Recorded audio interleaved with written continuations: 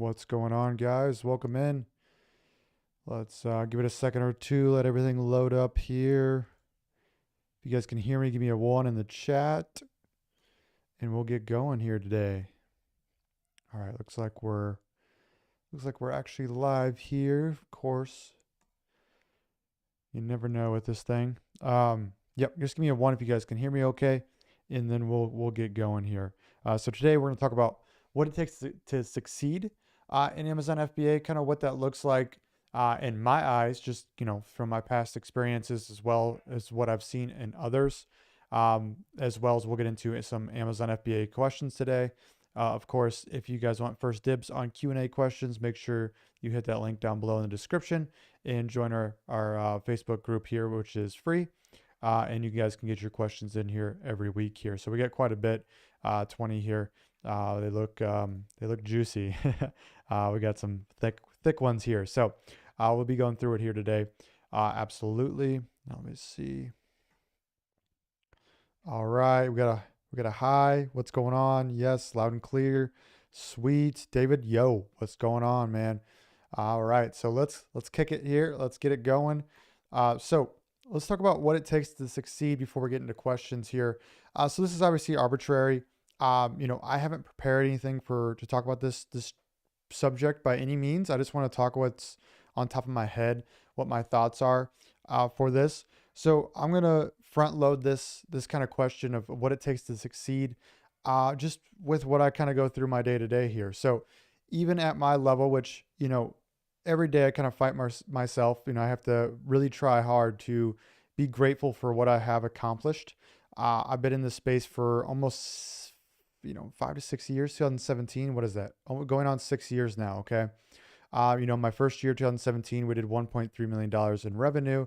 It had a pretty juicy year there. We've done multiple $1 million years since then, high six figures as well. Have multiple accounts, multiple brands. We've worked with other partners as well when it comes to brands.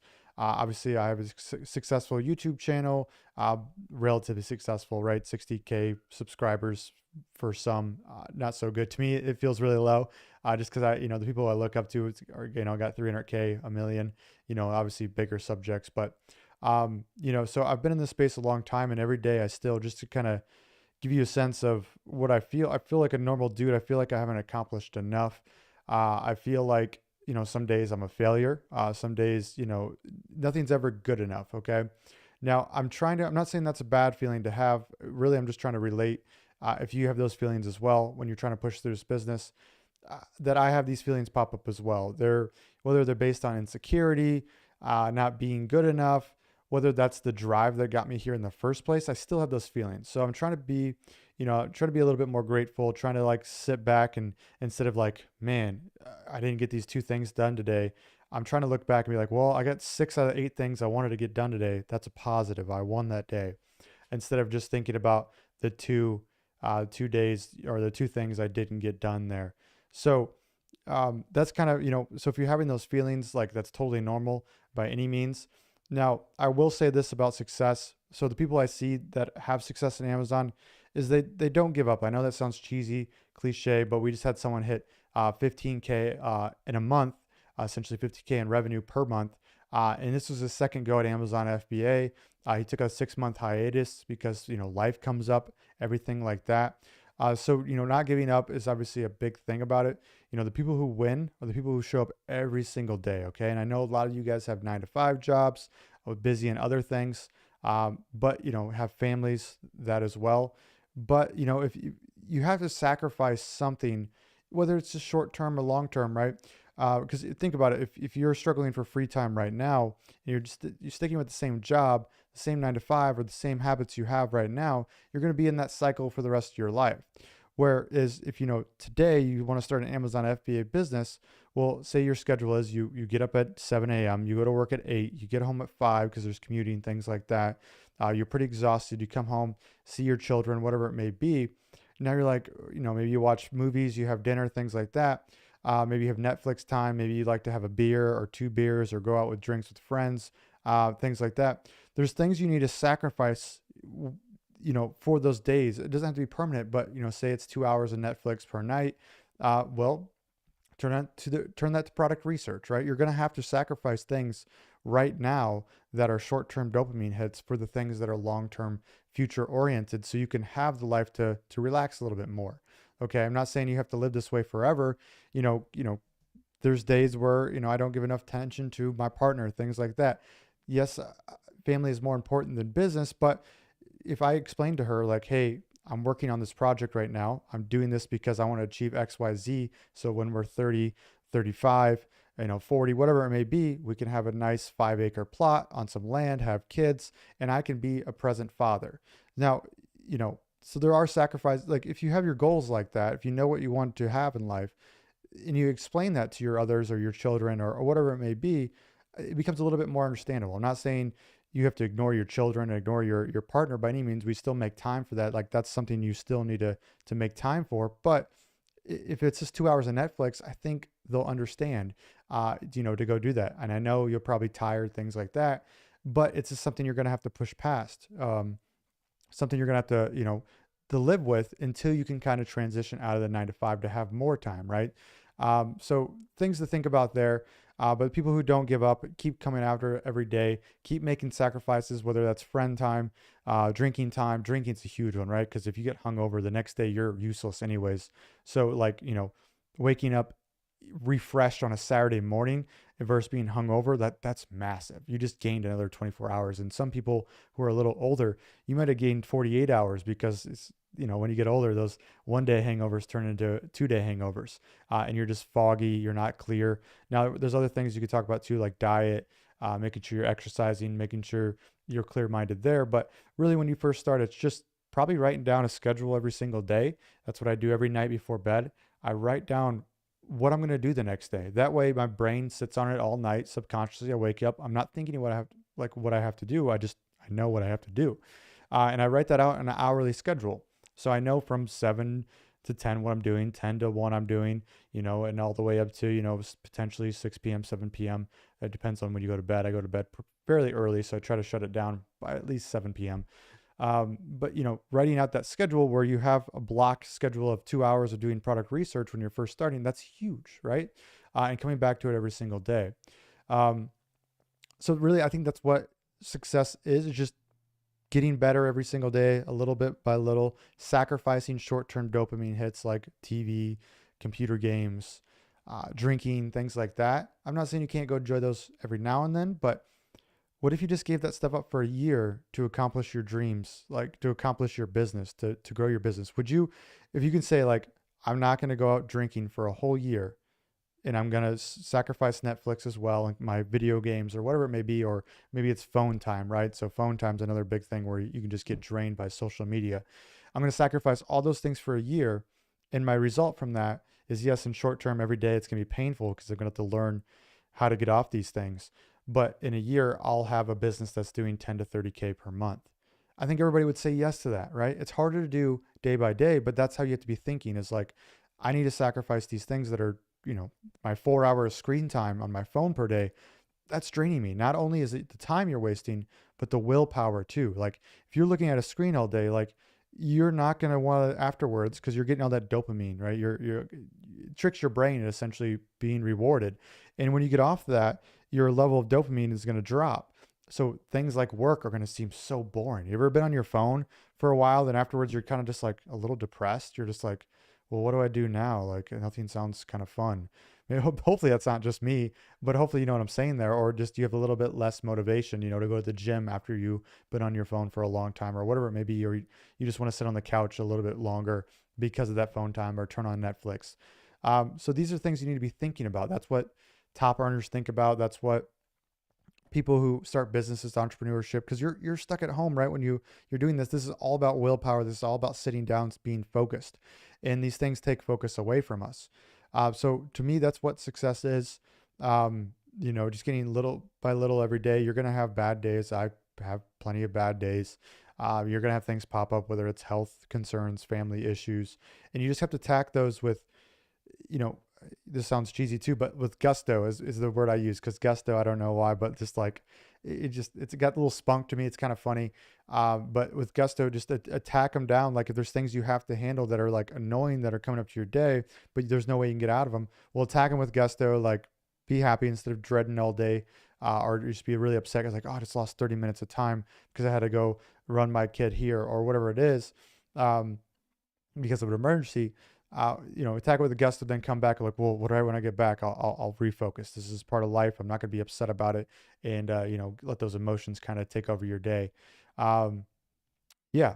So that's me just kind of talking on the top of the head, things I deal with, as well. On a personal level is like, I've never, even with success, I still don't feel like a completely successful person. I'm still working on myself every single day. Think of it as a more of an infinite goal than a finite goal. And what I mean by that is it's like going to the gym, right? So say you want to lose 20 pounds. And so you just go to the gym for 2 years, or no, hopefully it doesn't take 2 years, but say you go to the gym for 8 months and you lose that 20 pounds. You're like, well, I hit my finite goal. Well, then you stop going and then you gain that 20 pounds back. No, going to the gym is an infinite goal. Okay. It's something you have to come back to every single week, maybe 3 times a week, whatever it may be, depending on where you're at in your fitness goals. And it's something that you're never going to get up, never have to give up essentially, or never take big breaks from, or take a permanent break from, because, as soon as you stop, you're going to kind of regress. Okay. Same thing with entrepreneurship, becoming a better person, being a business owner. It's not a finite goal. It eventually can turn into a finite goal, but you'll hopefully transition out. But, learning, growing, things like that, it's an infinite goal. So every day you're just trying to get a little better, work on the business a little bit more, and keep inching forward. Some people have more time than others, and that's just the hand you've been dealt. And you can't squander that. Or you can't look down on that. It's just like, I only have an hour a day because of my hectic schedule. Well, one, you should do a time audit and kind of look at your day, because you probably have more than an hour more time than you think. You're just wasting it doing other things or being inefficient in some way. Um, and, two, if you only got an hour a day legitimately, well, that's an hour per day. You put in, you know, 7 days, we'll say it's hour weekdays, that's 5 hours, and say you can get an 8 hour day in on the weekend or something like that. That's 13 hours per week there. Well, that's a 40-hour work week. And if you really are efficient and, not just not a 40-hour work week, like, traditional business or traditional, 9 to 5 jobs, things like that, where most people don't really work more than a couple hours per day anyways, of real focused hard work. But if we put that to real focused work, we can accomplish a lot in 40 hours.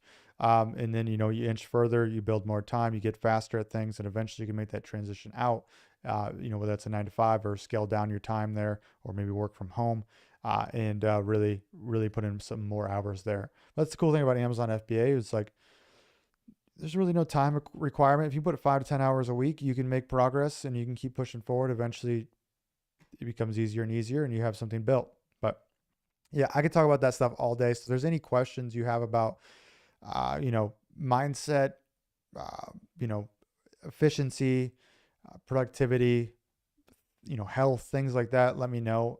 It's something I think about every single freaking day. So I can talk about Amazon FBA every day too, but I can also talk about that stuff. So let's get into questions here before I just keep rambling you guys to death here. Yeah, and then I'll get to the chat here if there's anything you guys want to cover there. So let's go to Brandon McCarthy here.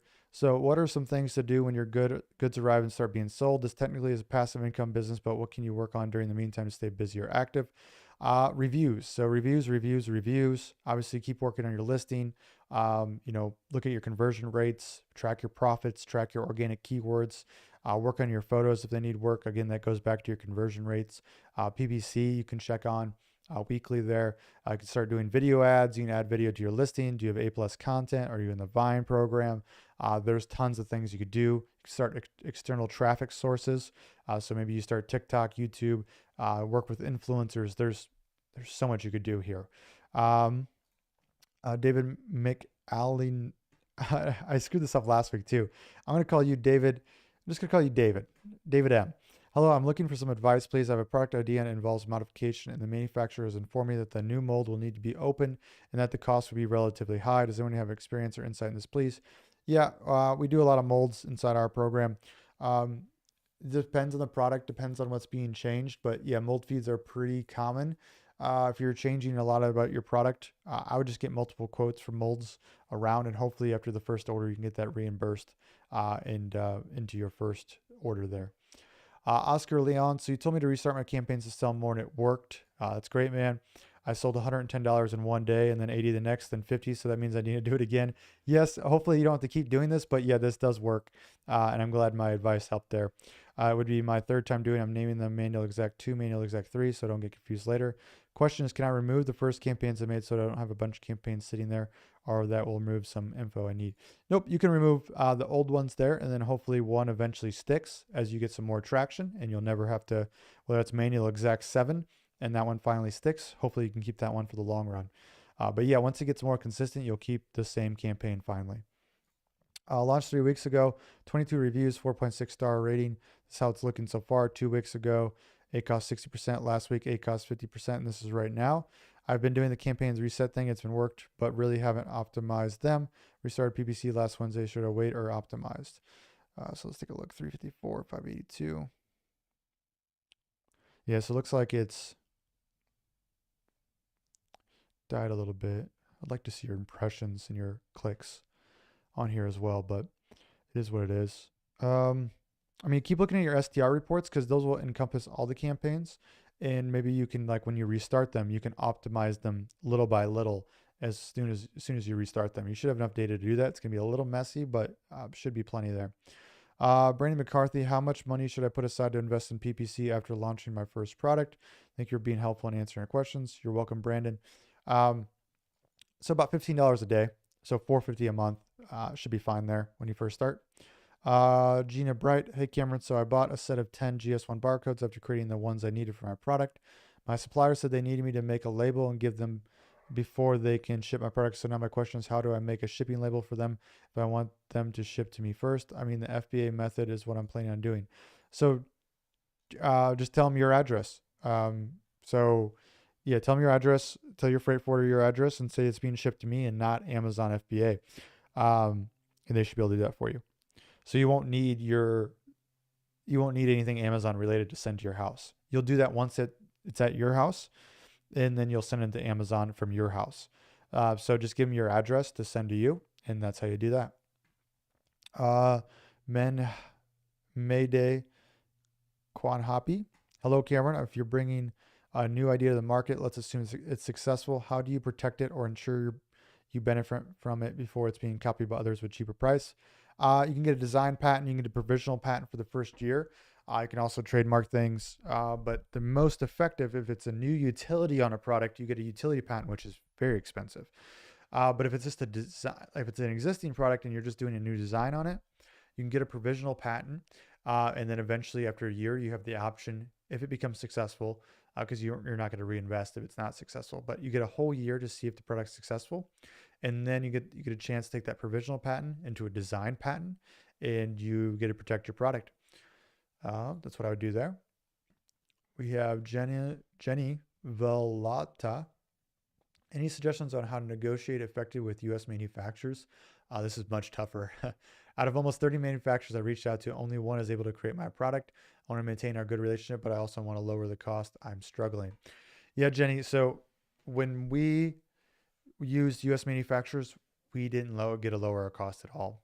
We essentially, our goal was we were just happy, so happy someone would do business for us because we had the same struggles of it's much harder to find manufacturers here. Our margins were still fine. They weren't great, but our idea was that we were going to essentially pay full price first order, prove success, and then come back with a bigger order. And then that's when we're going to start negotiating for prices. But if you have a good relationship with that person, you can ask them if there's something better they could do with price. But, obviously don't get greedy.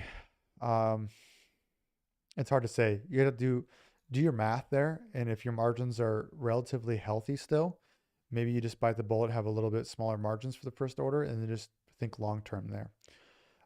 Brett Tester. Hey everyone, I have a bit of an issue that I'm hoping I can get some advice on. I recently placed an order with a Chinese supplier in Alibaba. The order was 600 sets of bike bags. I already paid the 30% down, but the issue is the supplier is now saying the price was for the 600 individual bags instead of 600 sets. even though I have provided them with the screenshots where I specifically reference clarify that I will be purchasing and selling pairs. I'm now to the point that I would like to offer my business to the other supplier that had been talking, even though the price is higher, but sure not how to proceed. Make accounts at Alibaba or card stacked. Yeah, it's tough, man. Um, Obviously, I don't know the full details here, the full numbers, but you could possibly, I don't know how you paid. You 30% down. Yeah, if you paid through Alibaba, that's your only way to get that money back. And sometimes they like to side more with suppliers there. That's why my first order is always through PayPal on a credit card, so I have leverage there. But yeah, if they're not going to make what you want, then you might need to go to the other supplier and maybe, I don't know, eat that 30% or try to get that back from Alibaba. Um, yeah, but it sounds like you're in a crappy situation. Um, yeah, I don't know what it does to your numbers. You have to do the math there too. Michael Singh, does the Amazon account's DBA and product brand name have to match? Will it get approved for trademark if they don't match the DBA? Um, no, it doesn't have to match. Essentially, you can name your business whatever you want and get in your you can have a brand underneath that for whatever you want. So no. Oscar Leon, I want to start doing YouTube videos about my product, but how do I send traffic to those videos? Do I just let YouTube do its thing? Yeah, so you're going to get good at making YouTube videos, right? So getting better at figuring out topics people want to see. You can share your videos to others, but there's only so much you can do at the beginning. So yeah, just keep making YouTube videos. I mean, my first YouTube videos got like 15 views. When I just really didn't get much traction until like 3 months in. You get to get good at that. And then, what really changed to me was one, making better videos because my first video sucked.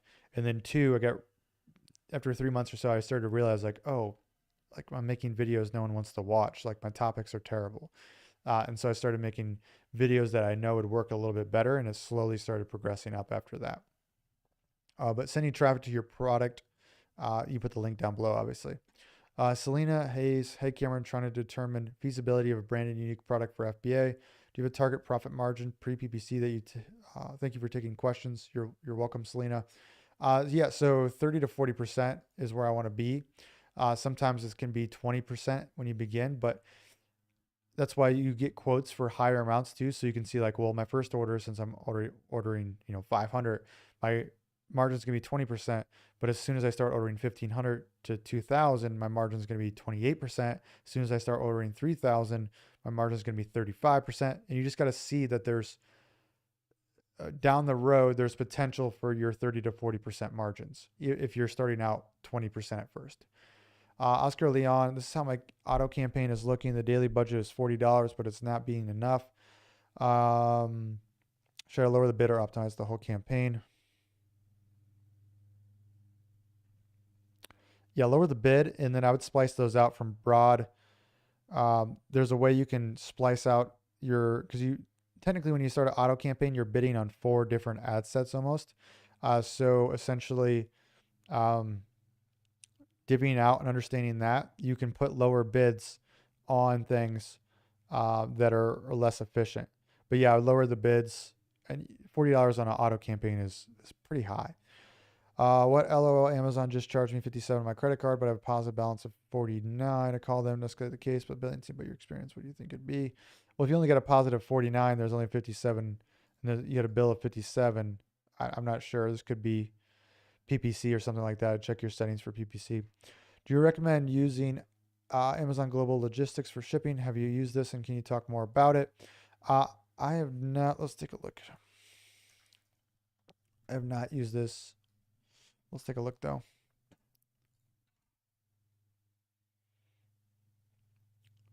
Yeah, they have their own freight. Something to take a look at. I've not used this personally though. I don't know. I just don't trust. There's some things on Amazon that are getting better, but I'm so hesitant about using programs like this. I need to get better at like testing these things out because they are getting better. If anybody else has used this, let me know. But I've not used this. I use my own personal freight forwarder because it's been reliable for the last 3-4 years.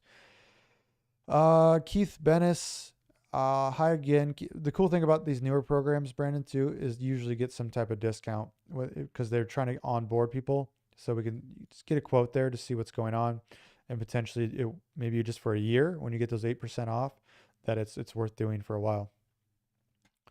Hey again, Cam. This is Keith Bennis. Thanks so much for your time helping us. As always, you're welcome.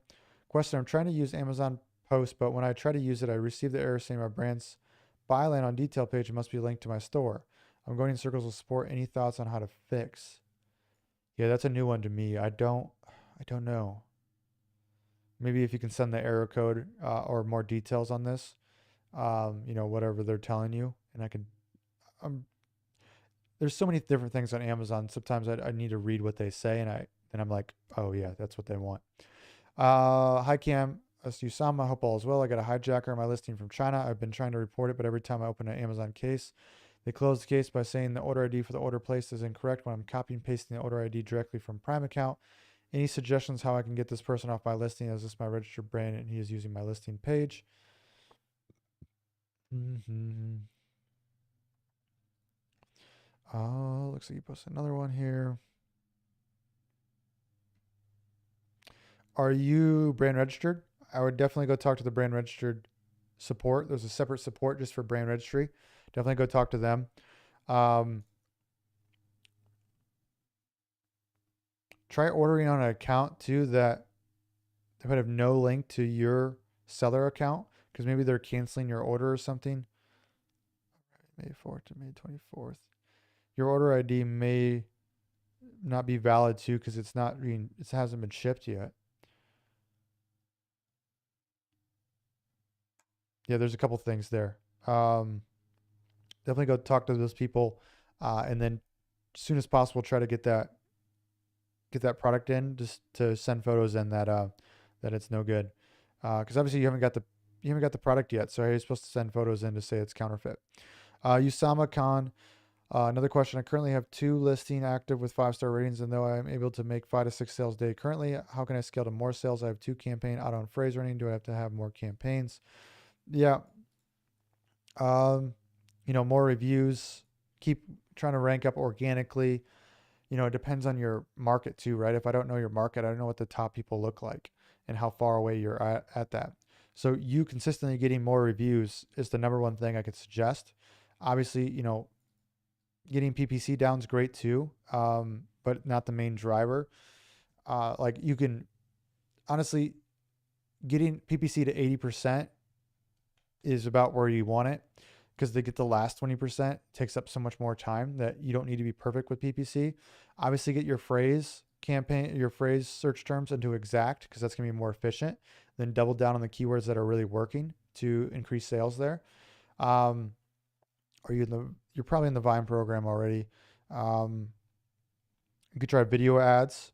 External traffic would be a big one I'd recommend. So, again, TikTok, YouTube Shorts, YouTube videos, influencers. Start working on that would be the biggest driver, in my opinion.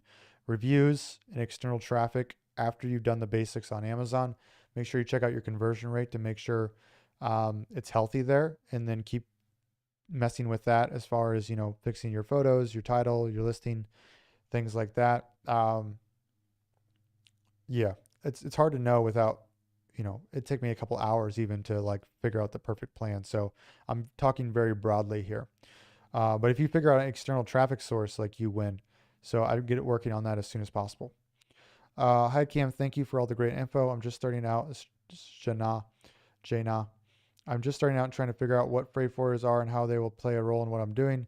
Where do I even start looking for one? What are any potential red flags to look for when regards to shipping from China? So word of mouth is best for freight forwarders. So you can even check out Amazon Global Logistics here and see if that works for you. But word of mouth and, maybe this Facebook group, other Facebook groups, and then getting quotes from multiple to make sure that you're keeping people honest. Red flags would be, so say you got 3 quotes, 2 came back for $3,000 and 1 came back for 1,000. That person for 1,000 is most likely doing something shady, like avoiding tariffs or duties, which you will be penalized for, not them. Yeah, those are the biggest things. And also get your quote in DDP, so delivered with duties paid.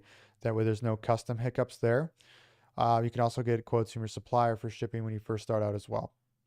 Um, yeah. So that is that, guys. Let me check out the chat. All right. Jen says, I'm loving this, honestly. It is so relatable. Yes, Jen, I'm glad so. I'm just a normal human being, Jen. So, I still struggle every day with like getting up and getting to work, like in my time management. Like today I had to go deliver some things. My partner, my fiance, is going to Arizona for the rest of the week, and she forgot some stuff at work because she's going straight to the airport. And I had to go deliver some stuff. It took an hour of my day, and I was so angry. I was like, dang, like why am I like this is a waste of my time, things like that, right? So it's like, well, it's like why am I in this business if I don't have that flexibility? It's just like I deal with things like that, like why am I angry about this? Yes, it's a waste of time, but then I get angry that I wasted my time. And then I waste another 2 hours when I get home because I'm angry and I can't work because I'm so angry. Then I get angry because I got angry. It's like, why can't you just stay calm, dude? So yeah, I'm a normal human being with normal emotions. And that's just one example of the things I struggle with every single day. Uh, Zaya Castillo, I'm in the process of launching my product. Do you recommend a certain freight forwarder? I'll just get word of mouth here inside the group. Iquire Bashir, I'm running PPC for about 3 days, but there's no impressions, no budget spending, hence no sales. Raise your bid. Um, let's see. How long after our launch should I consider advertising outside of Amazon, Instagram, Facebook? Um, I'd give it a month or so. But I would do something, I would bootstrap some stuff, Pete. So I wouldn't do Facebook ads, Instagram ads. I would do short form content. Um, Paid advertising outside of Amazon is way too expensive. That you're gonna have a tough time. Matt, what are your thoughts on shipping Welseki to Amazon warehouse? Shipping Welseki, I don't know what that is. Usama, does Amazon release the funds they hold in account level reserve every 2 weeks? They give a certain amount. Gina Brooke, do you offer one-on-one or group mentorship, and how can we sign up? Cost. So if you go to CameronJames.com, there's also links. Actually, just message me on Facebook and I'll get you more details. So if you guys are interested in one-on-one mentorship, just give me a personal DM on Facebook and I'll get you the details there. That's the easiest thing to do. But yes, I do. I have a small group, about 220 people that we check products for. We have live group calls. I have a whole roadmap lined out video by video of what to do. All my resources shared there, all my contacts, all my freight forwarders, everything there. Niking Atabong. Hi Cameron, I'm interested in selling a product that I went on Amazon looking to buy and was supposed to, it's not there. So it's not there. So that's, there's pros and cons to that. So if there's in demand, but it's not there, obviously you would harp up all that demand. But if it's not there, there's a good chance that no one wants it. So if you can see demand on other channels like Etsy, eBay, Instagram, these things are popular on Pinterest. If you see demand somewhere else, but it's not on Amazon, that's usually a good sign that you're on the right track. Usama, yes, I'm brand registered. Nice, man. Audubon, hi, Cameron. I'm looking to sell an item. Yeah, item in Amazon that's dominated with Chinese sellers. Is that a red flag? And big no. In most cases, it depends. I would say 50-50 there. It depends. Don't get in those scheming markets where it's like 3.5 stars, those heaters, those cheap air coolers, things like that, because they'll get eaten alive. So it depends on market there. If it's something you can go brand heavy with, very niche specific, niche down, I'm not afraid of Chinese sellers there. Asaya Castillo, when getting the products inspected, should they inspect everything or partial to order? It's partial to order. They only take a certain percentage from the full order. Also, should I be getting inspections for every single future order? For the first 2 to 3, yes. After you build trust with that supplier, you can stop. Makali Nan, you can call me Maka Boy. Okay. Maka Boy it is then. Castillo, I requested to join the group, waiting for approval. Nice. We'll get to that probably within 24 hours for you. Usama Khan, how often should we launch a new product? As soon as your first product is, in the organic rankings you want in the top 5 and it's sustainable and you're consistent there where it takes less and less work to maintain, that's when you go launch your second product. I just got paid from Matt. I just got paid from Amazon today. How long will it take for the funds to go to my bank? Probably 1 business day. Usama Khan, it's next day, but depends on who you bank with. Yep. Okay. Sweet, guys. I got to run. I hope this was helpful, guys. Again, if you guys want more mindset stuff, just let me know down in the comments down below. That'd really help me out. and any topics in general, just let me know. But Facebook links down below if you guys want to join that to get first dibs on questions. And then we'll just see y'all next week. All right, guys. Bye.